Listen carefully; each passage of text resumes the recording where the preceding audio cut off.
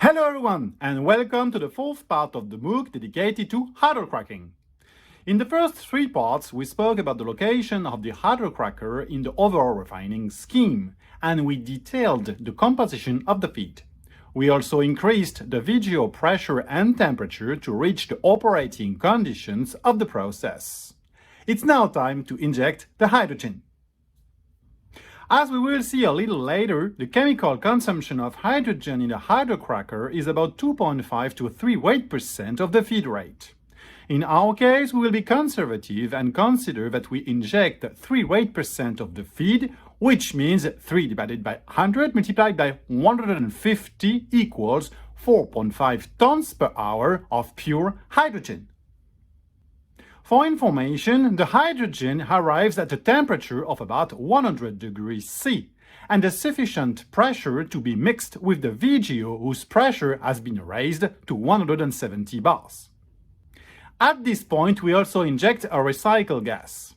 The origin of this recycled gas will be detailed later. This gas is a hydrogen-rich gas and has a temperature of about 90 degrees C and a pressure of 170 bars. We inject about 18 tons per hour of recycled gas, and we will see how this flow rate is selected a little later in this MOOC. The mixture of 150 tons per hour of liquid VGO at 200 degrees C plus 4.5 tons per hour of hydrogen at 100 degrees C and 18 tons per hour of recycled gas at 90 degrees C leads to have a gas plus liquid mixture at a temperature of about 155 degrees C.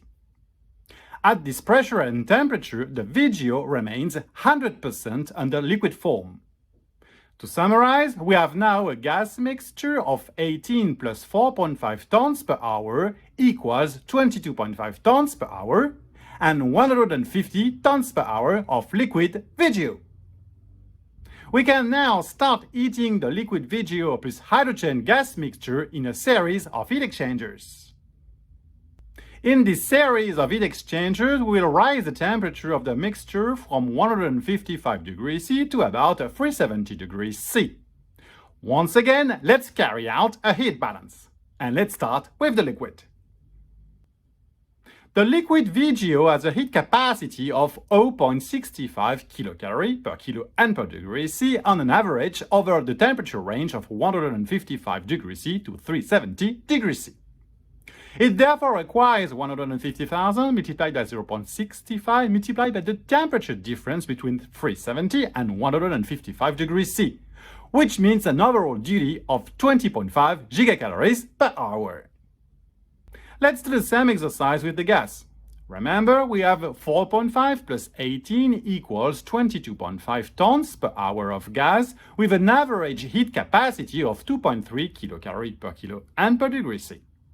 We need then 11 gigacalories per hour to increase the gas temperature.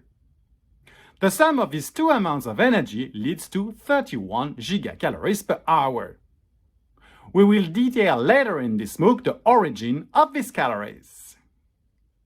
Then, once the VGO plus hydrogen-rich gas mixture has reached a temperature of 370 degrees C, we use a reaction furnace to raise the mixture temperature to the adequate value to let the pretreatment reactions take place. Note that the VGO begins slightly to vaporize in the furnace. We reach a vaporization of the liquid VGO of about 1%. In our case, we increase the mixture VGO plus hydrogen-rich gas to a temperature of 410 degrees C. We can still perform a heat balance to see that the heat required in the furnace is 7 gigacalories per hour. In total, we see that we needed about 50 gigacalories per hour to heat the entire mixture to the reaction temperature. Note that in our specific case, the VGO vaporized up to 5%. We now have a gas mixture, mainly hydrogen and part of the VGO that has vaporized, plus a liquid phase consisting in an unvaporized VGO. This is all available at a temperature of 410 degrees C and a pressure of 160 bars.